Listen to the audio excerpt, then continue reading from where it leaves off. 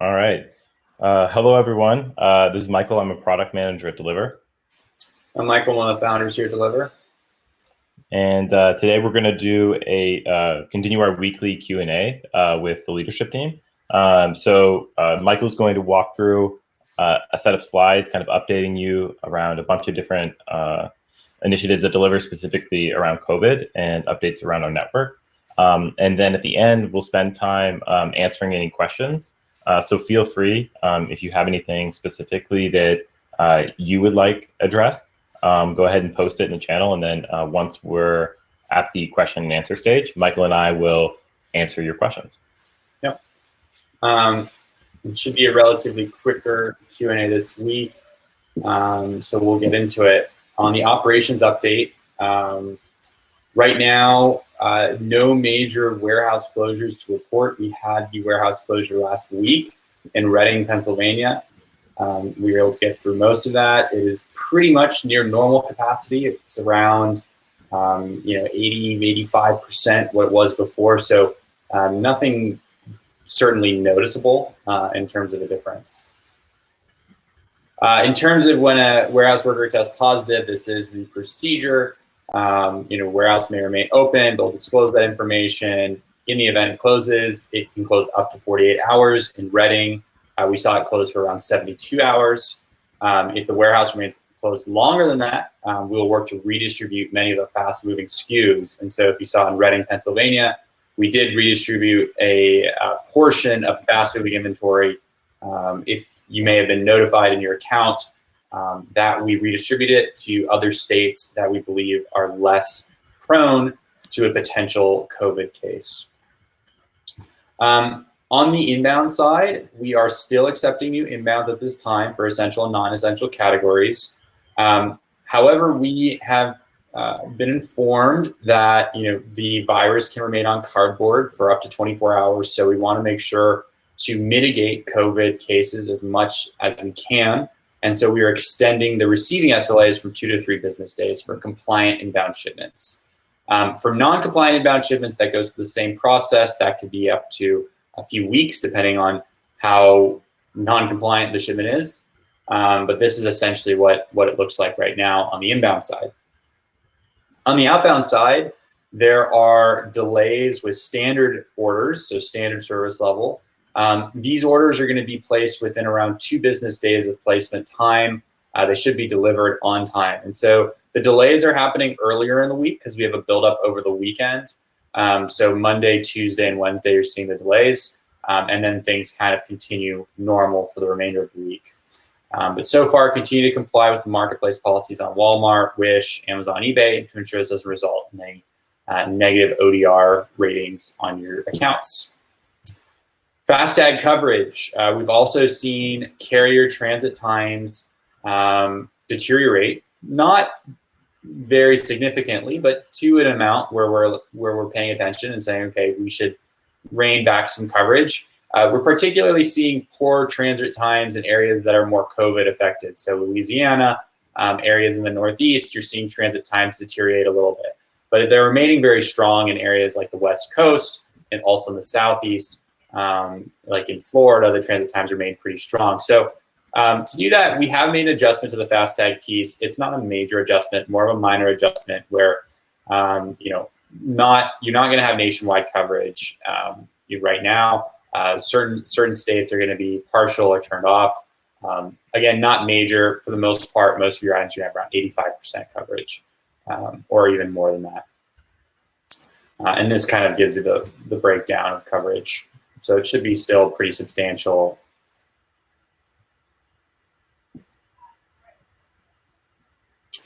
FBA updates. So we have questions on FBA. We are now accepting, FBA, is now accepting inbounds for some non-essential categories, but they're limiting quantities. So they're saying, okay, you can only inbound up to a certain quantity, and that's based on sales velocity. It looks like the FBA Prime delivery times are improving, and the search remains identical to before, where FBM listings can now beat FBA listings on the buy box if matched on price with faster delivery time. And then the last part, same thing with multiple inventory, needs to be removed from FBA May 1st. Seller Fulfilled Prime, the SFP waitlist for Amazon remains, so Deliverr's SFP program remains closed to new merchants. No update there. In terms of category updates, in terms of the toys category, we have around 83% improvement monthly. So really strong improvement on the toys category. It's a little bit downward adjusted from the week, but there have been some stockouts in the toys category because a lot of our toys sellers weren't really predicting this influx in volume. They make their big purchasing decisions in Q3. And so that certainly led to some stockouts. So we do expect this to return back up. But certainly a very in-demand category with all of kids at home. Games and puzzles, this one continues to improve. We're also seeing a lot of sellers with more dynamic catalogs starting to source products in this category. So a lot of these products coming in are new, but they're gaining traction very fast. So 150% improvement monthly, weekly 30% improvement. I do think this continue to improve this category, this subcategory over the next few weeks. And then in terms of monthly, we have around on home side, 192% improvement here, 25% improvement weekly. This category just continues to improve, and this is a super category, right? So 192% improvement in a super category is pretty substantial, and certainly something that if you have inventory that would be classified under home, something you should try to source and get into Deliverr, start selling it online. So this is certainly one of the top performing categories right now. Kitchen and dining.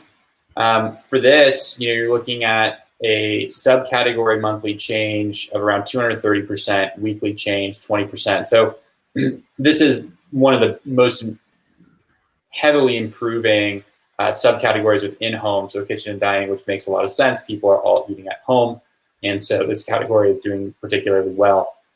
One thing here, though, is that the home category again was not experienced a boost a little bit later in this COVID period than vitamins and supplements, and so there, you're going to see a little bit of a transition now from vitamins and supplements to home, and so now home's going to be a little bit thinner on inventory as vitamins and supplements has gotten a little bit better on inventory. Home improvement has also been doing well, which is surprising. And so around 86% monthly, weekly 5.2% improvement.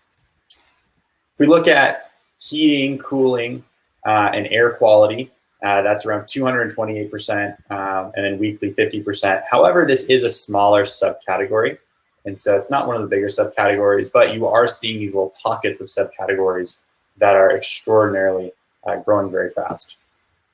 Clothing continues its rebound. Again, though, the Deliverr ASP tends to be much lower.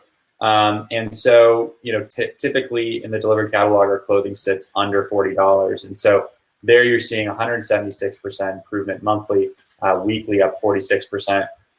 So for cheaper, more affordable clothing, that actually is on the upswing and doing quite well, really because physical retail just is no longer an option for people looking for these types of items.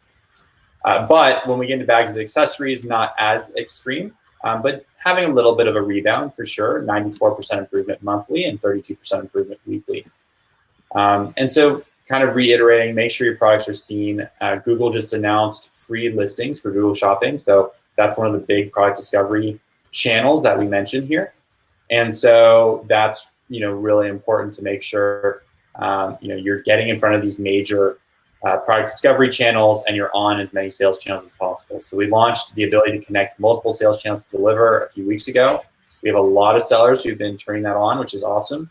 And we have a few new integrations coming live over the next few weeks, and a few new fast tags coming live over the next few weeks available to Deliverr sellers that we're pretty excited about. Outside of this, we have our continued free COVID promos. So if you have inventory in one of these high demand categories that we mentioned, you may be eligible for a free inbound. A lot of sellers may already see it in their account. Also, we have been sending replenishment free inbound. So a lot of sellers have already sold through the free inbounds that they got. And so we're continuing to repopulate that in their accounts. And that's it on my end. So we'll hand it off to Mike Gard. All right. So We have a couple questions. One from Chelsea. I'm still looking into this question, Chelsea, but she's asking about why would her ship by dates in Deliverr not match the Walmart ship by dates? Standard delivery ships by 1 week later than what are listed. What is causing outbound shipments to be late? So she shared an example order, and I'm just like looking it up on our system. I think that, so I'll have to follow up on that one just in a second. The next question, though, is from Chloe, and it's around, will you accept returns anytime soon, or is it not on your agenda? So returns are on our agenda. I think the question for us is whether it's something that we think we can get done in 2020 or if it's more of a 2021. So currently, we don't accept returns. We will probably look at reevaluating like whether we could do a pilot program by the end of the year. I think that would be pretty cool because it would provide a lot of seller value. But it's not on our roadmap, like firmly, I would say, to get done this year. I think it's something that we're trying to fit in, but we have a lot going on right now, and I think with the COVID piece, it certainly has delayed a little bit on the roadmap side of things. We have a lot of focus now dedicated to capacity and to being able to handle volume. As a kind of an indicator, we're doing similar to, we're actually now exceeding Cyber Monday volumes every single day. And so that puts a lot of load on the system, puts a lot of load on the warehouse, on the workers. And so, we're actively expanding our 30 warehouse network, trying to get it to 40 within the next month or so even. So we're extending things quite a bit. And so a lot of resources on the operations and on the engineering side have been kind of diverted to that, to really kind of make sure that we can be able to fulfill all your orders and get them on time to buyers. So that's kind of where we're focusing right now. And as that winds down and gets a little bit more to a stable state, we'll start looking again at some of these newer features that weren't already prioritized. All right. I think that's it on our end. So fairly quick, wanted to keep this short, didn't want to take up anyone's time. So thanks again. We'll try to do these updates every few weeks or so. And so we can continue to check in with you guys. Feel free to ask questions. And also, as you register for the webinars, you can ask questions beforehand if you want us to answer them. I do appreciate everyone coming in. All right. Thank you, everyone. Bye. Thanks, guys.